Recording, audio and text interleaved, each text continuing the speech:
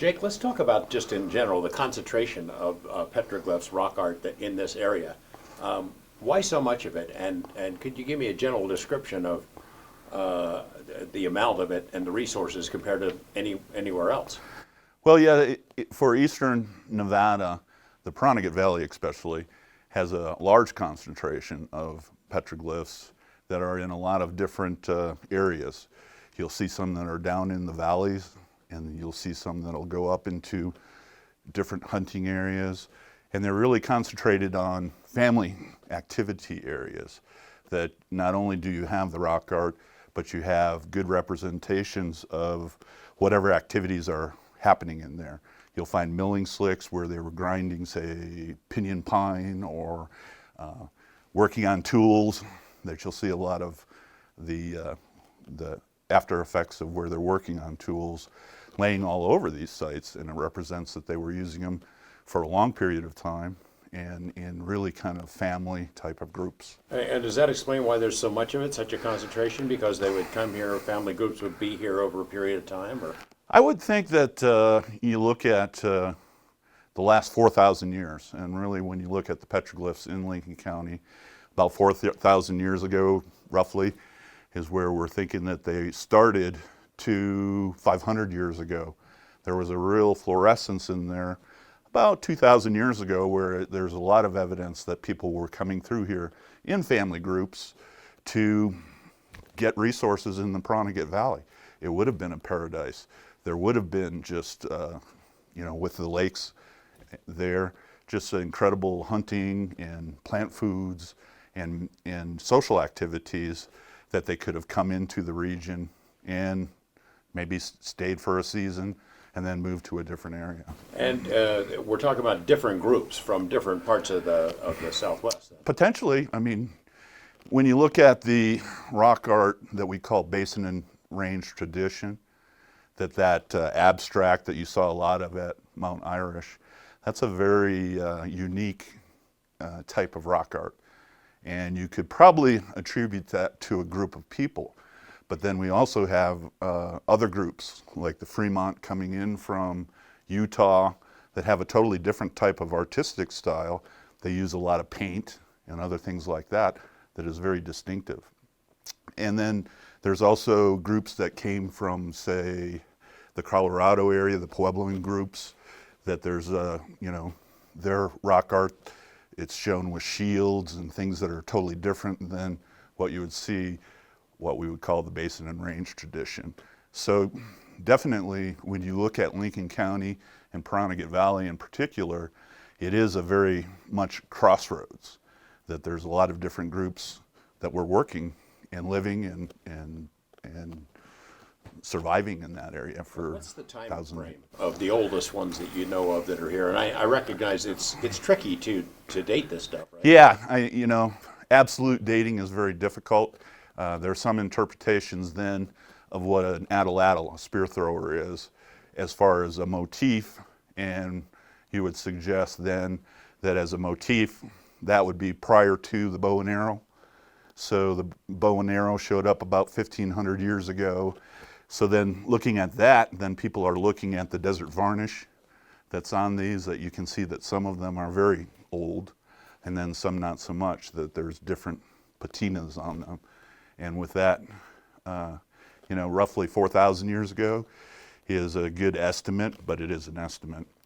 People coming into the region, there's evidence from 12,000 years ago that they were coming into the Petroglyph Valley and some of the lakes and in those areas. The interpretation of what the images mean gets pretty tricky. Yeah, and what do they say? Art is in the eye of the beholder. Some motifs are very obvious. The bighorn sheep in Mount Irish, that is one of the highest concentrations in all of Nevada of that sheep motif, where you have the bighorn sheep. But then you get into the more abstract figures, say the Petroglyph man, and you can look at that. Some of them are the circular figure, some of them are in the box rectangular figure, and those are obviously human forms. But then you go from there, and what do the other things mean? I mean, the atlatl, like I said before, celestial bodies with a big circle, very complex. But, I mean, one person's interpretation's as good as another, I guess. At this You know, you can't talk to the person who made it, Yeah. so I'm not one to say that you're wrong in your interpretation. People have been studying and researching rock art for a long time, and of course you have the Native Americans that this rock art is very important to their heritage and their cultures. So with that in mind, then yeah, it is. Perenniget Man, those images, that exists here and nowhere else, right? It is a unique motif. Both the, you do have pattern-bodied Right. elsewhere, but then the circular body with the big eyes, that's very unique to the Perenniget Valley and, some of the ridges and fans that go off of that. What is it? The shaman? The Perenniget Man, I mean, shaman could be a possibility, hunting magic, I think about the human form, some of them are families. You have maybe a male and maybe a female and then a smaller child that you can look at them as a family group. So I think it's really a social marker. And if you think about, the ability to go and say, this was your father's figure, and he made that 100 years ago, that would be really important to you. You look at some of it and it looks like, wow, this guy really knew what he was doing, or this gal knew what she was doing. And some of it looks amateuristic, and we don't really know, though. I mean, it might have been abstract art, it might have been impressionism, their version of it.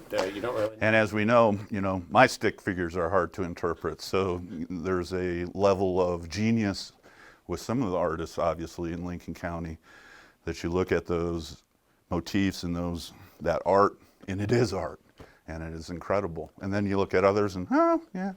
That one panel that we saw near the springs with the whole family on one rock, oh, that took some time. Yeah, yeah. And if you think about it, they could use that area for a season. They could go somewhere else, maybe for a year, 2 years, come back to that, and that would be just a really important place to them. And it would have been, a part of their life. It's a part of their knowledge. We had heard stories that Perenniget was Garden of Eden for some Paiutes, some tribes, that they thought it as the place where the first members of their tribe came into the world. Have you heard that story? Yeah, and definitely it's a very important place for all Native Americans that were using this region. The Shoshone, the Paiute, there's a lot of groups that we talk to in the Bureau of Land Management and consult with on a government basis for any projects that we might do. And you look at really the Perenniget Valley and what's there right now with the water resources in a place like Lincoln County, that's been a very important place to a lot of people for thousands of years. Protection of the resources. I mean, they're irreplaceable. You can't have somebody go out there with spray paint or stealing it with a rock and a chisel, but I guess you got to worry about that, don't you? Yeah, cultural resource protection is probably the most important part of my job as an archaeologist, and we take it very seriously.